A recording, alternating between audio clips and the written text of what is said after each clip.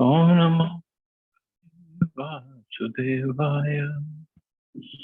Narayanam Namaskritya Naram Chaiva Narottamam Devim Saraswatim Vyasam Tato Jayamudiriye Nashtaprayeshu Bhadreshu Nityam Bhagavata Sevaya Bhagavati Uttam Shloke Bhaktir Bhavati Naistike.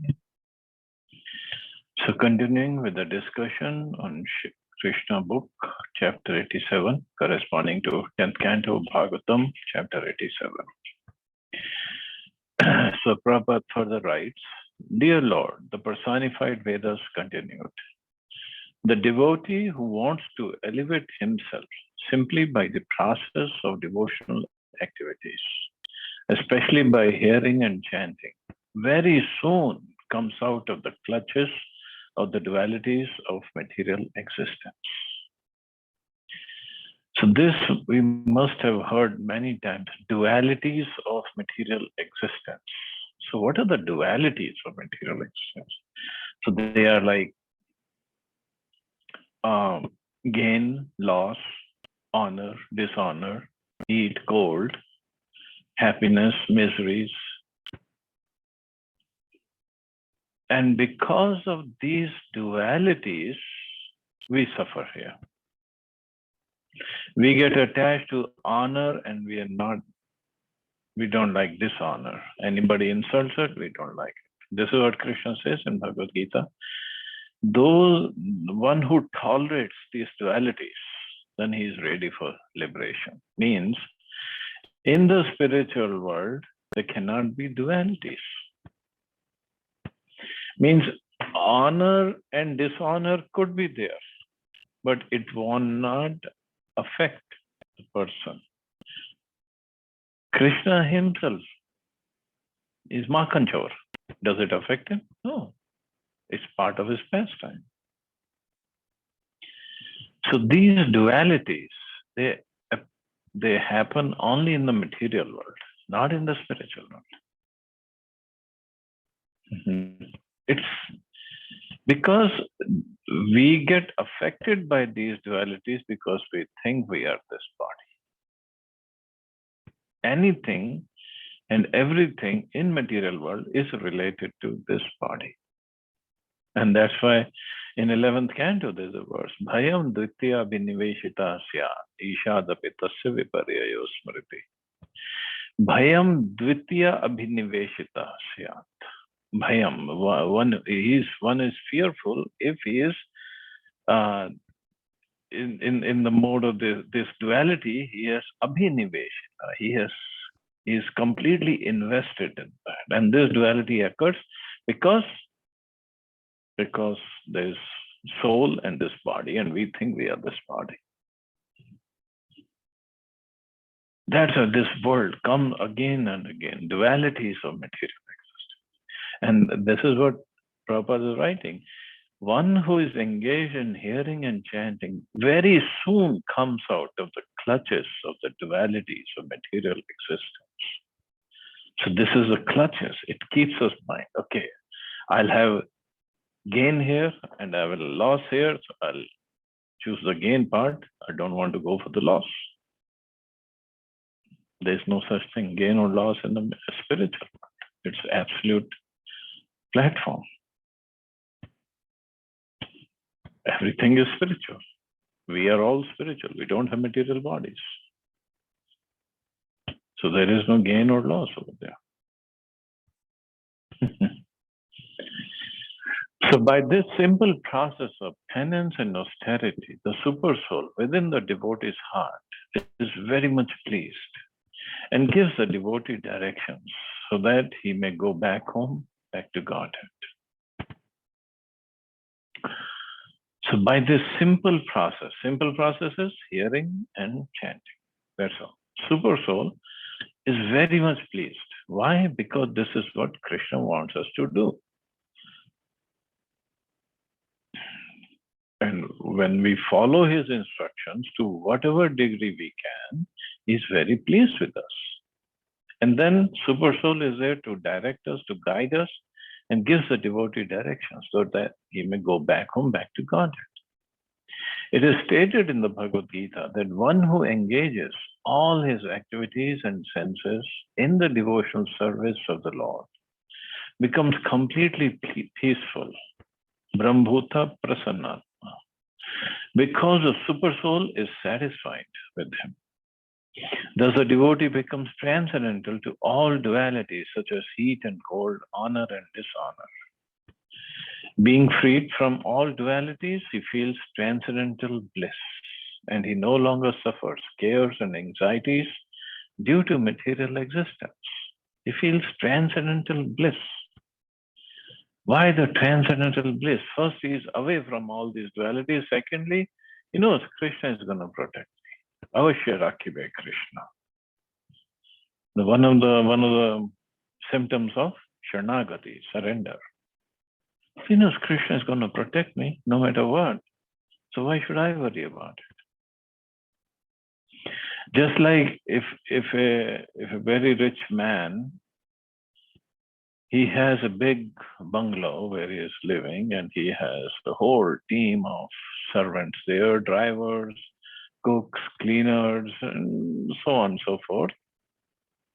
And this rich man, he has anxiety of making money, losing money, and stock market, and his employees, and whatever.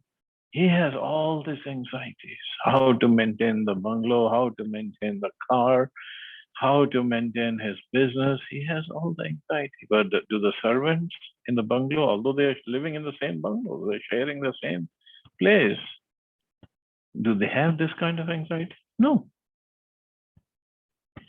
He's the owner. He has to take care of them. So that's the same thing with devotees. At least in this example of servant and the owner, there is some material transactions or exploitment. But in spiritual world, there is no exploitation. Krishna takes care of his devotees out of love. Devotees serve him out of love. But they know Krishna will take care of us. That's for sure. Being constantly absorbed in Krishna consciousness, he ultimately achieves the highest perfection. While in material existence, he lives very peacefully and blissfully, without cares and anxieties. And after quitting this body, he goes back home, back to Godhead.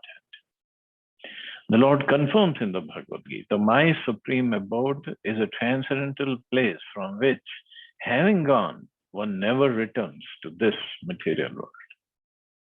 Yad gatva na nivartante tadham parvam mama. Anyone who attains the supreme perfection, being engaged in my personal devotional service in the eternal abode, reaches the highest perfection of human life and does not have to come back to the miserable material world. And this is dukkhalyam, ashashvatam. So he himself is saying it's a miserable material world. Why do we want to come back here? And he is guaranteeing it. One who goes to the spiritual world, he never returns. So once we have made this mistake of coming here, then again we'll not make the mistake again. And while in the material existence, he lives very peacefully and blissfully, fully having full faith in Krishna that he will protect me. Not because I'm doing something nonsense, because I'm serving him. I'm trying to follow his instructions. And if we do some nonsense, yes, he's there to punish us, to rectify us, but still, he loves his devotees and take care of them. The personified Vedas continued.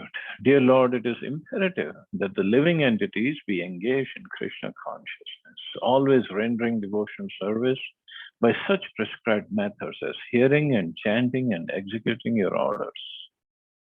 If a person is not engaged in Krishna consciousness and devotional service, it is useless for him to exhibit the symptoms of life. Wow, this is heavy. It is useless for him to exhibit the symptoms of life. That I'm alive means I'm breathing and I'm running around, I'm taking care of my family, taking care of my business, and I think I'm taking care of the country, and without me the whole economy will collapse, or this will happen, that will happen. It's useless. That's what Vedas are saying. Generally, if a person is breathing, he is accepted to be alive. But a person without Krishna consciousness may be compared to a bellows in a blacksmith shop. So in a blacksmith shop, the bellows, those things made of leather are there, and the blacksmith pushes them and the air comes out and it makes the fire go a little brighter. So Bhastra Kimna Jivanti. No. Tarva Kimna Jivanti, Bhastra Kimna Shvasanti. Means Tarva, do the trees not live? Do the bellows of blacksmith do not breathe? They also breathe and we are also breathing. What's the difference if we are not Krishna conscious, or we're not at least working towards becoming Krishna conscious? Bellows are also breathing. The big bellows is a bag of skin which exhales and inhales air. And a human being who simply lives within the bag of skin and bones without taking to Krishna consciousness and loving devotional service is no better than the bellows. Further, it says, similarly, a non-devotee's long duration of life is compared to long existence of a tree. There are many trees which are there for many, many years. There is a tree here in America, in California, it is said it is there for 5,000 years. It's standing there for the last 5,000 years when Krishna himself was on this planet. But what's the use? Except for people go and take pictures. Well, other than that, what's the use of that life, that kind of life?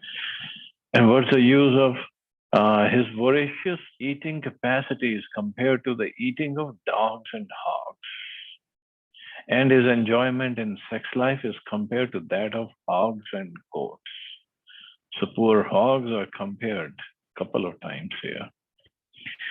So voracious eating capacity.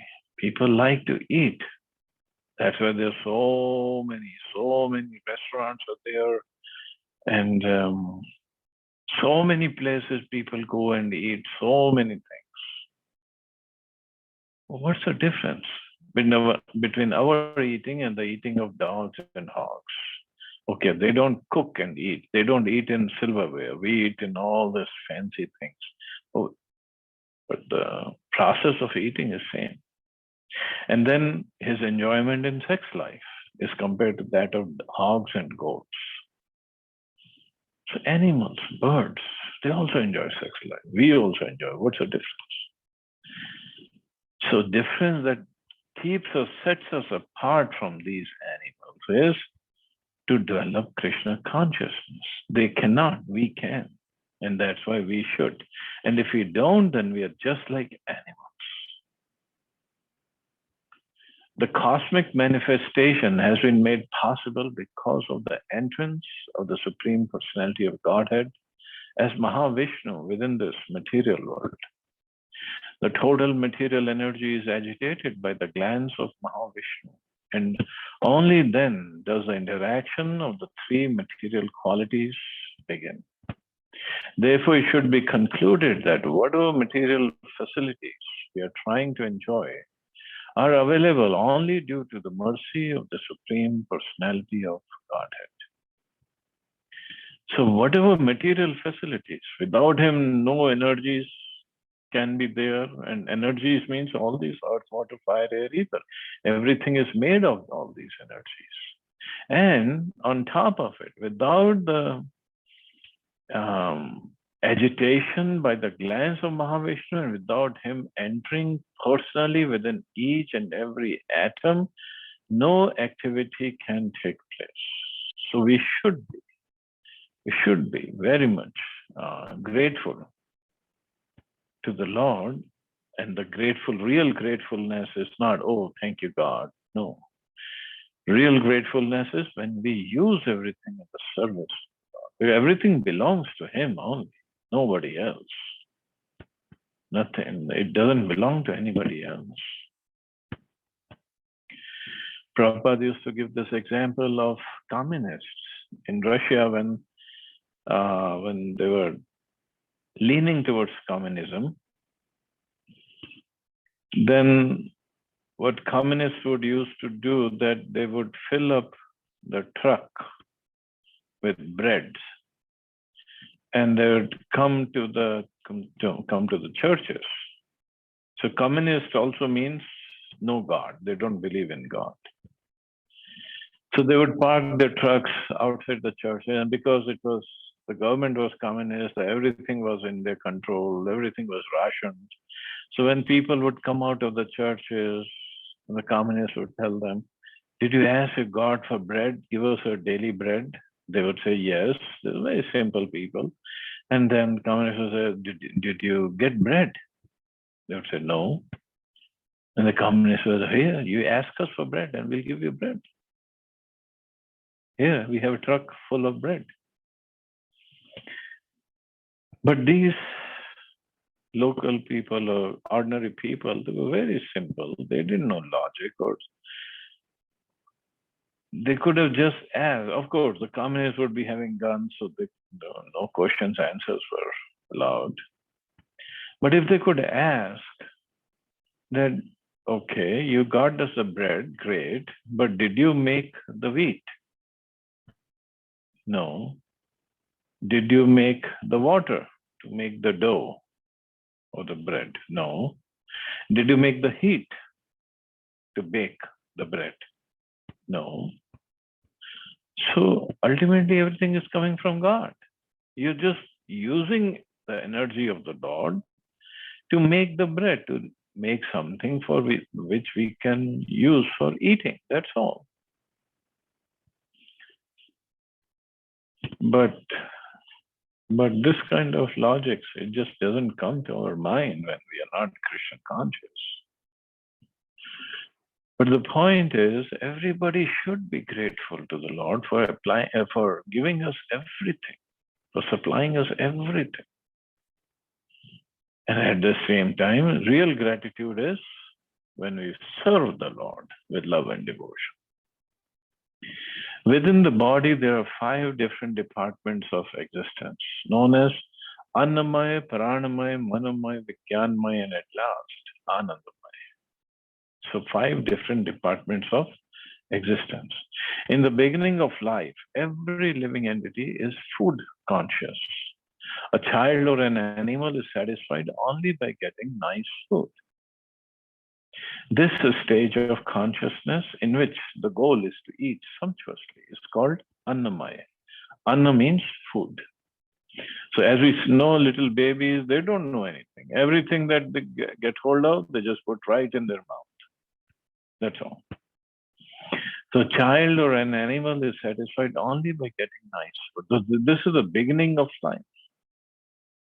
And if we are just happy eating food, we are basically in the beginning stages only. And this is called Annamaya. After this, one lives in the consciousness of being alive. So after which, if we grow up, then if something is dangerous, we'll not go near that thing. So then that is Pranamaya. This is, if one can continue his life without being attacked or destroyed, one thinks himself happy. This stage is called Pranamaya, or consciousness of one's existence. After this stage, when one is situated on the mental platform, then he starts thinking, then he starts, either child is going to school, he starts studying. Then his consciousness is called Manomaya. It's not the ultimate consciousness, but at least he's thinking a little bit more than just eating and protecting himself. The materialistic civilization is primarily situated in these three stages: Annamaya, Pranamaya, and Manamaya. The first concern of civilized persons is economic development, and that is Vijnanmaya. Vijnanmaya means to apply whatever we have learned in the practical situation. The next concern, okay, the first concern of civilized persons is economic development, to eat food. Next concern is defense against being annihilated. Pranamaya. Next consciousness is mental speculation, the philosophical approach to the values of life, which is Manomaya. And then if he grows further, if by the evolutionary process of philosophical life, one happens to reach the platform of intellectual life and understands that he is not this material body, but a spiritual soul, he is situated in the Vijnanmaya stage. Then by evolution in spiritual life, he comes to the understanding of the Supreme Lord or the Supreme Soul. When one develops his relationship with him and executes devotional service, that stage of life is called Krishna consciousness, the Anandamaya stage. Anandamaya is a blissful life of knowledge and eternity.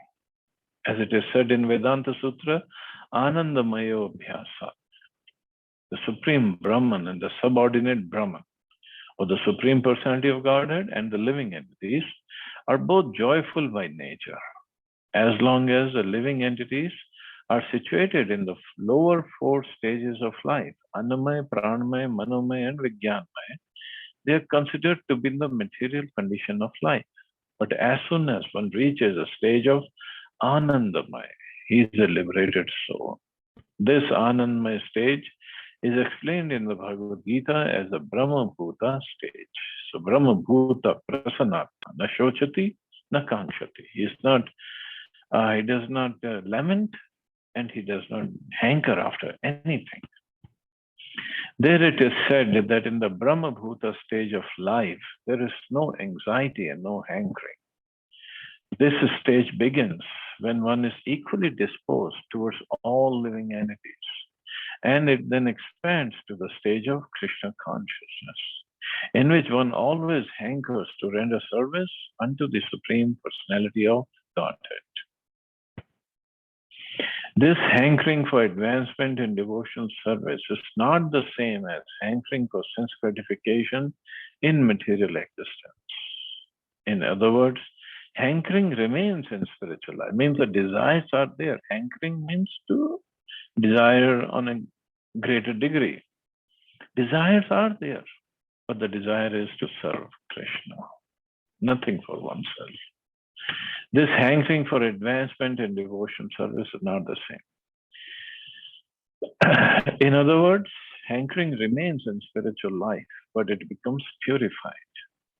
Similarly, when our senses are purified, they're freed from all material stages, namely Annamaya, Pranamaya, Manomaya, and Vijnanmaya, and they become situated in the highest stage, Anandamaya, or blissful life in Krishna consciousness. Means one is not even worried about what he's going to eat, how is he going to protect himself, what about the speculative knowledge, or nothing, only bhakti. The Mayavadi philosophers consider Anandamaya to be the state of being merged in the Supreme. To them, Anandamaya means that the super soul and the individual soul become one. But the real fact is that oneness does not mean merging into the Supreme and losing one's own individual existence. Merging into the spiritual existence is a living entity's realization of qualitative oneness with the Supreme Lord in his aspects of eternity and knowledge. So that is real merging. Merging means we understand, realize qualitative oneness. Quantitatively will still be small, but qualitatively we are same. But the actual Anandamaya blissful stage is attained when one is engaged in devotional service. That is confirmed in Bhagavad Gita. Madhu Bhaktim Lavate Param. Here Lord Krishna states that the Brahma Bhuta Anandamaya stage is complete only when there is an exchange of love between the Supreme and the subordinate living entities. So unless one comes to this Anandmaya stage, his breathing is like the breathing of a bellows in a blacksmith shop. His duration of life is like that of a tree and is no better than lower animals like the camels, hogs, and dogs. Heavy, heavy statement by Bhagavatam, and coming from Prabhupada's mouth becomes even heavier. So the point is we have to utilize this human form of life in the service of the Lord to make spiritual progress. That's all. So I guess we can stop here. See anybody has any questions or comments?